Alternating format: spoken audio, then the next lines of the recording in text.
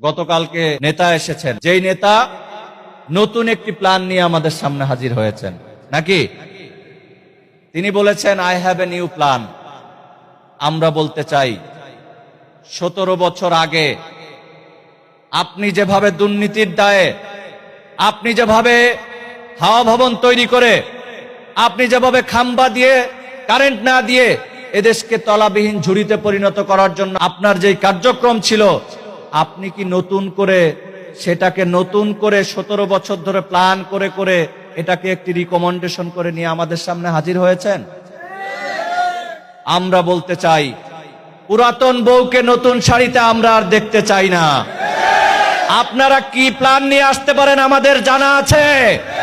অতএব নতুন করে বাংলাদেশের মানুষের সাথে আর ধোঁকাবাজি করবেন না।